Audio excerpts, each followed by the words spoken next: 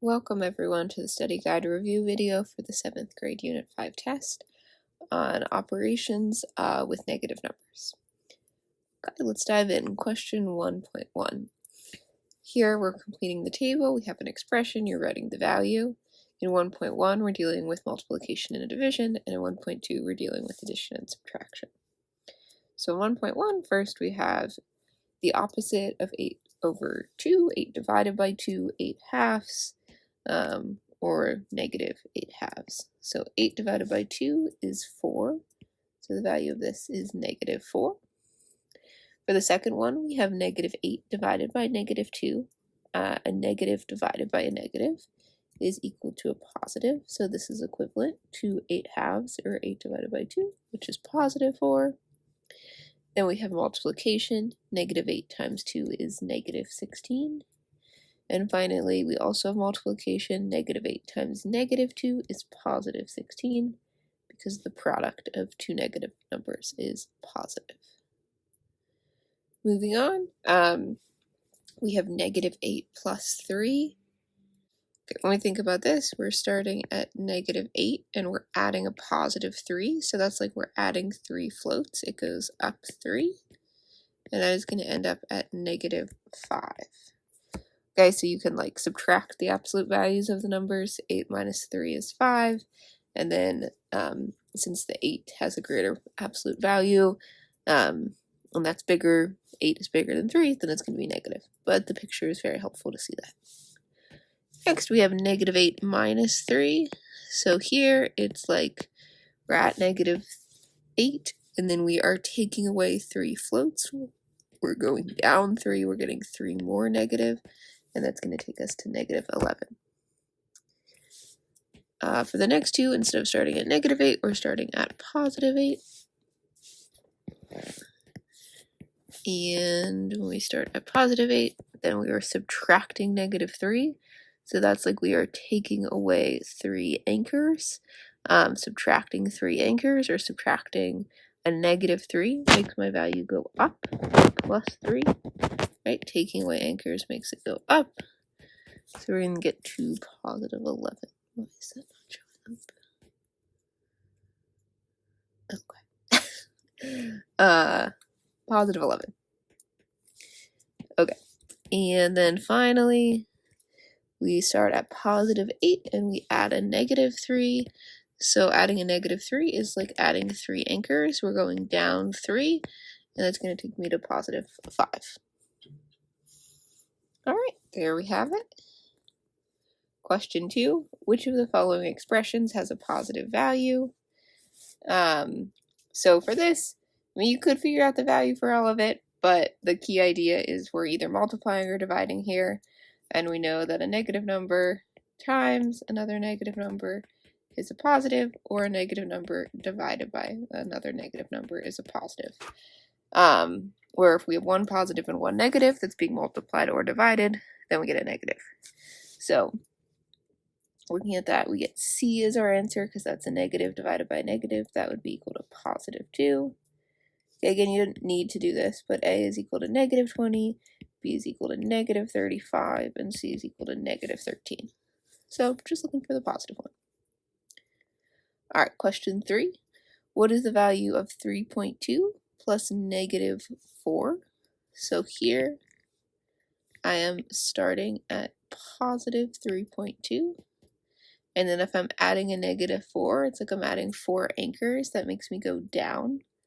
So I need to figure out where I end after I go down 4. A couple different ways to do this, right? But thinking about it visually, it's like to get from 3.2 to 0, I go down 3.2. So then we have to figure out how much more do we have to go down to get to 4, to go down 4. Ultimately, here we can subtract these 4.0 or 4, but we have to line up the decimal place. Take away 3, borrow, we're going to get 0.8. So we have to go down 0.8. So that's our answer, negative 8/10. We want to make sure it's negative, right? Because we're going farther down more than we have as a positive. So we pass 0 and we go down into the negatives. And the 4 is bigger than 3.2, and the 4 here is negative. Okay, next we have question 4. Select all of the expressions that are equivalent to negative 2.5 minus 3.4. So first, let's get the answer to this. So we start at negative 2.5. So from 0, we've already gone down 2.5. And then we're subtracting 3.4. So we're taking away 3.4 floats. This is going to get even smaller, even more negative, right? So it's making me go down. So then in total, I've gone down 2.5, I've gone down 3.4. In total, I've gone down 5.9, right? So I end up like adding these together, 2.5 plus 3.4, and we get 5.9. Again, this is negative because we went down. So that's negative 5.9. And then we're going to see which of these are equivalent. Okay, right off the bat, I want to just make this clear that this one is equivalent, and this is sort of how I modeled it, right? So it's like I'm at negative 2.5, and then I'm adding a negative 3.4. So adding a negative 3.4 and subtracting a positive 3.4, those are mathematically equivalent. In both cases, the significance is that you're going down 3.4 from our starting value, which is the same here. So this is also going to be equal to negative 5.9, so that's correct. This first option is also going to be equal to negative 5.9, so this was a little different.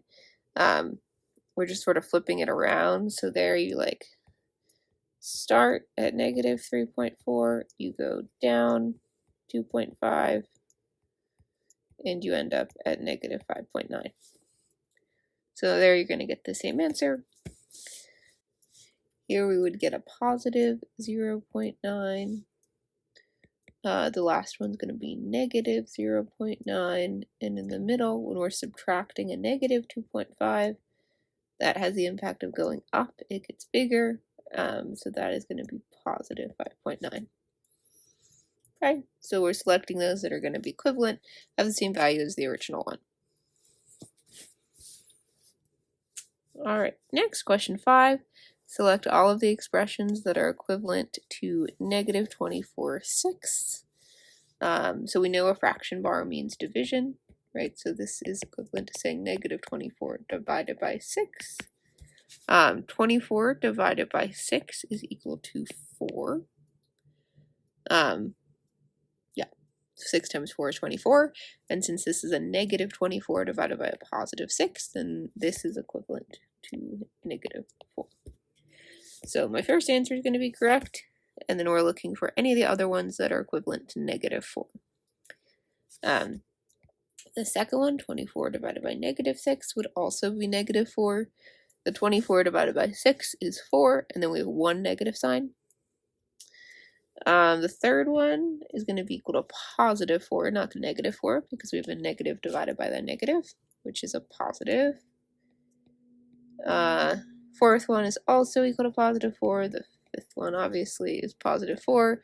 And then the last one, we have the opposite of 24/6, or negative 24/6, which is negative 24. Again, you just have that one negative symbol. So that's like sort of a key idea. It doesn't matter if the negative symbol is in the numerator, if it's in the denominator, if it's out front, any of those make the value negative. Cool. All right, question 6. Which expression would the equation b equals negative 18/6 help to answer? The temperature dropped 18 degrees over 6 hours. How much did it change each hour? B, the temperature dropped 18 degrees each hour for 6 hours. How much did the temperature change in total? Or C, the temperature was negative 18 degrees and dropped to 6 degrees. How much did the temperature change? Okay, so we're basically thinking about which of these should be, how would we get, which of these is representing like division within it, right? Because we're dividing negative 18 divided by 6 here. So A is going to be our answer, and that is coming from the fact that if we're trying to find the rate per hour, okay, that a rate is signaling me to division. So if it's 18 degrees in 6 hours. And if I want to find the rate for 1 hour, to get from 6 to 1, I divide by 6. So you do this 18 divided by 6, and that's going to give me the degrees per hour, which would be 3 here, except that they're telling us that the temperature dropped. So when I see that dropped, I should be thinking, okay, that means it is getting, it's going down, right? Dropped is giving me this negative. So it's actually negative 18 degrees, and thus it's going down 3 degrees each hour. So whenever we're trying to find a rate can be found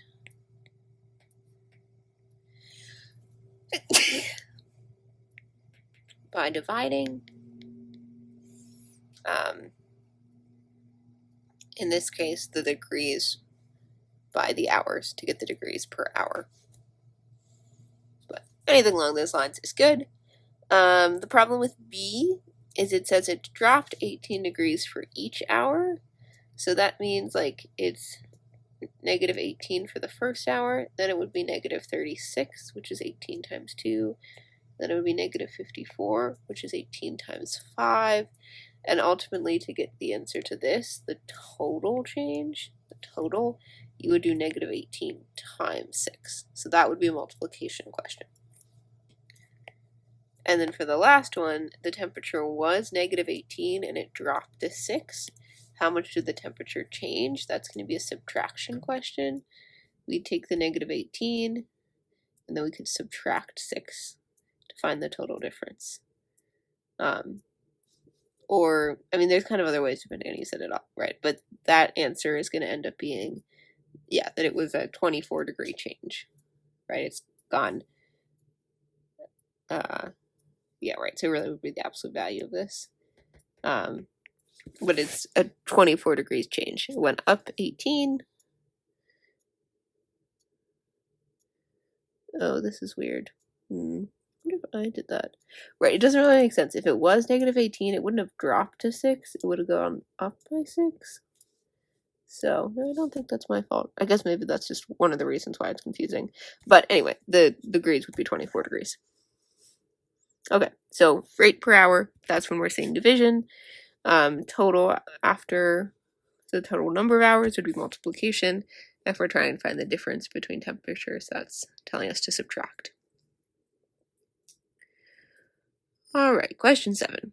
Bob went on a hike. He started 5 1/3 feet below sea level and ended 30 1/6 feet above sea level. Model this on the number line and then determine how far he hiked up the mountain. So let's model on the number lines. It's just like the question on the quiz. He started negative and 5 1/3 feet below sea level, so we're in the negatives, and ended up here at 30 1/6 feet above sea level. So we want to figure out how far did he hike up the mountain. So from negative 5 1/3 to 0, Bob went up 5 1/3 feet. And from 0 to 30 1/6, Bob went up 30 1/6 feet. So to get the total amount that he went up, we can add these together. 5 1/3 plus 30 1/6. Okay, to do this, we can add the whole numbers together. 5 plus 30, and that's going to be equal to 35. And then we're also going to add the fractions together. 1/3 plus 1/6.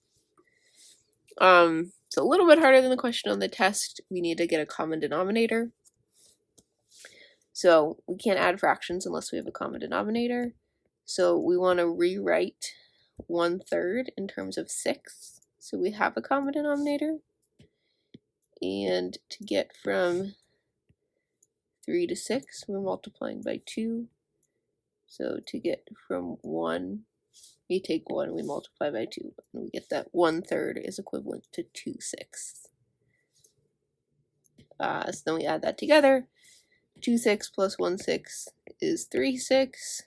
And our final answer is going to be 35 3/6 feet or 3/6 simplifies to 1/2 feet. Okay, all right, let's talk about the fraction in a little more detail now that I've done that fast. So if we're struggling with this, let me just try to draw that out for you. If you think you get that, you can move on, skip ahead in the video. Here's 1/3. And here's 1/3. And then I'm trying to add that with 1/6. So to do that, I'm going to break this 1/3 into 6. And I recognize that in this picture, this, which was originally 1/3, is now equivalent to 2/6. So that's where I have this 1/3 and this 2/6. And then I'm adding these together, so I have 2/6 plus 1 more 6. So 2/6 plus 1 more 6 is equal to 3/6. Okay, and then in terms of simplifying the 3/6 to the 1/2, if I then combine these, so now I end up with 3/6 filled in. And if I look at that, this is 1/2 of the whole. Okay, and I can make that a little bit more clear by rearranging the 6. So I have 3/6 filled in, right? And then if I take away this, I can see, okay, 3/6 is actually 1/2 of the whole picture. On the quiz, I will give you credit for this, but this is definitely better. But you are going to need to be able to do something like this. Not a super messy one, just sort of write a denominator of 3 and 6. So watch some adding fractions videos if you need some more help with that. Okay, question 8. The table has information about the temperatures at midnight and noon in Philadelphia and Boston. Complete the table. So first, we have Philly. In Philly, we are starting at midnight at negative 15 degrees. This is my start. We don't know what the change is, but we do know that we ended at negative 4 degrees. So the question is, what did we do to get from negative 15 to negative 4? What did we get from the start to the end? We went up, so the change has to be positive. We got closer to 0. And to figure out how much we went up, we can subtract 15 minus 4, which is 11. Okay, 15 minus 4 is 11. So we go up 11. And then we can write, the idea is that the midnight temperature plus the amount of the change is going to be equal to negative 4. Do a similar thing for Boston, but we have different information. For Boston, we start at midnight at negative 4.12 or 4 12/100 degrees Fahrenheit. And then they give us the change. They give us that the change is negative 10.33. So I'm going down 10.33, and we're trying to figure out what is the end. Okay, in this, we just want to make sure we realize, right, that we started negative, so we had already gone down 4.12, and then we're going to go down another 10.33, and so in total, we're ending up, we're going to add these together, 4.12 plus 10.33, and we get that we end at negative 14.45. And again, it's we are adding the starting temperature at midnight plus the amount of the change. These are both negatives, so we can add their absolute values and then keep the negative sign. Awesome. All right, 2 more questions. When Gio checks his Cash App account, he has $90. After buying 12 candy bars, the balance is $54. How much does the balance change with each candy bar bought? Show whether the change is positive or negative. Okay, so there's 2 steps to this. We know that we start at $90, and then after 12 candy bars, we get to 54. So the first thing we have to figure out is how much money did Gio spend on the candy bars? Like how much less money is now in his account? So to do that, we're going to have to subtract 90 minus 54.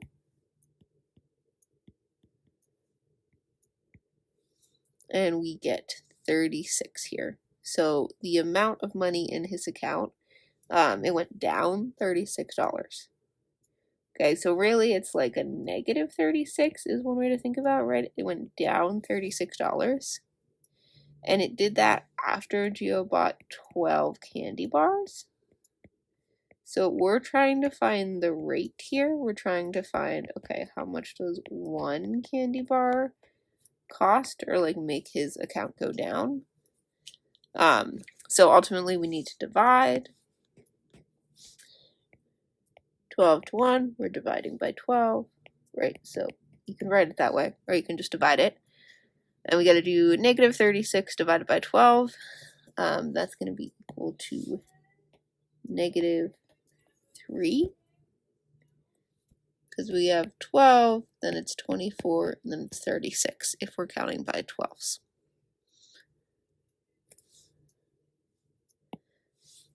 So that is going to be the answer. The answer is negative $3. So that's how much the balance goes down. Every candy bar they buy, the amount of balance in Gio's account goes down by $3.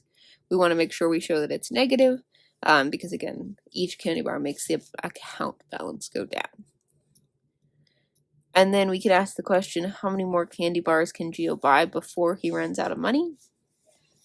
So he has $54 left. And we have 3 candy bars each. So we can divide those to figure out how many candy bars we have left. Like we have money to buy. So we do 54 divided by 3. So 3 goes into 54 one time. 1 times 3 is 3. Then we subtract. 5 minus 3 is 2. We can bring down the 4. And then 3 times 8 is 24. So that is our answer. You can buy 18 candy bars. Okay, and in case it isn't clear like why I'm dividing, right? The idea is that 18 times 3 is $54. So it's $3 for 1 candy bar, and I can buy 18 of them before I run out of money and I get to 0. Awesome. All right, last question. In 2020, Catherine Sullivan and Vanessa O'Brien became the first women to reach the deepest known point in the ocean. They started out at 0 feet and traveled at a constant rate towards the ocean floor. Use the table showing their elevation, which is like their distance above or below sea level, at different times to help you answer the questions. 10.1, how much did their elevation change each minute? Show whether the change is positive or negative. Okay, so this is a similar thing. We're finding the rate each minute. So this is a change of 30 minutes. And in those 30 minutes, the elevation went down 4,500 feet. So if we're trying to find the feet per minute, it's going to be a situation where we divide those.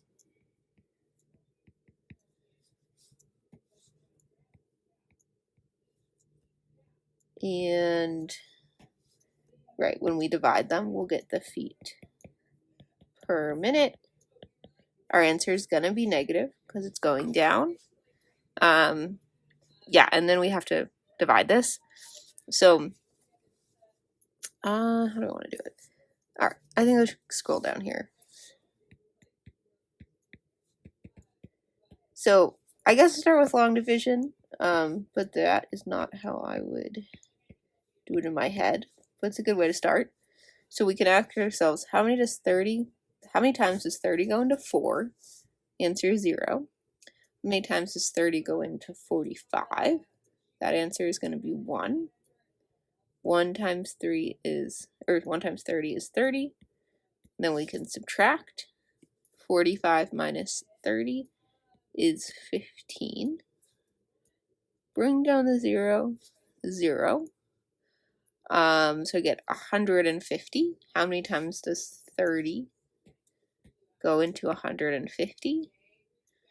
So, right, you want to consider how many times does 3 go into 15, because that's going to be equivalent. 3 goes into 15 5 times. So 5 times 30 is 150. Subtract that, I get 0. Then I bring down the 0. And then we ask ourselves, how many times 30 fit into 0? And that's going to be 0.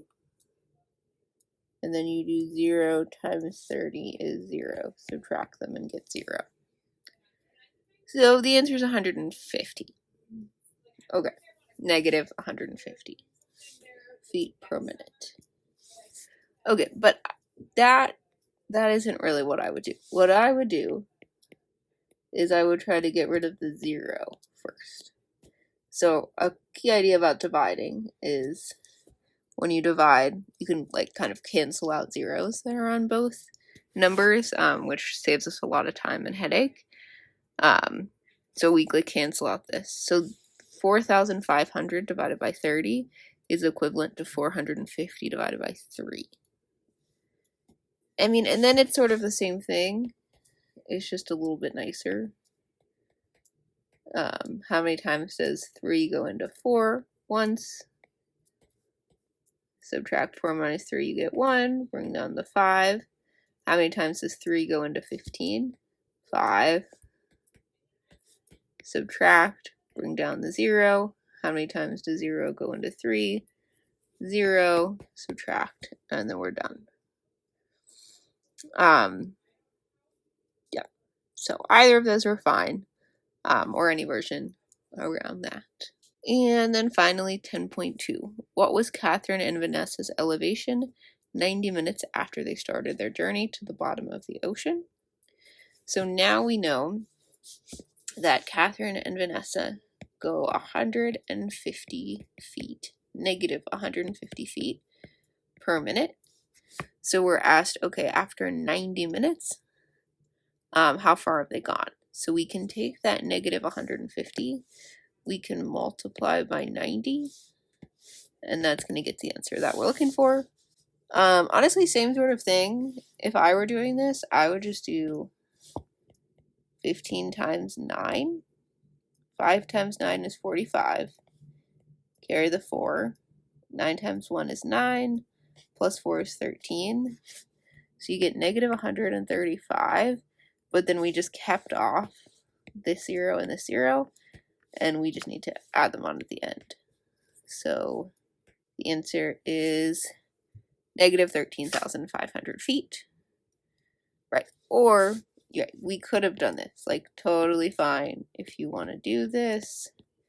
Yeah, like totally fine. It's just, this is like a little bit more work, but you get the same thing. Okay. All right, good luck studying, everyone. Good job.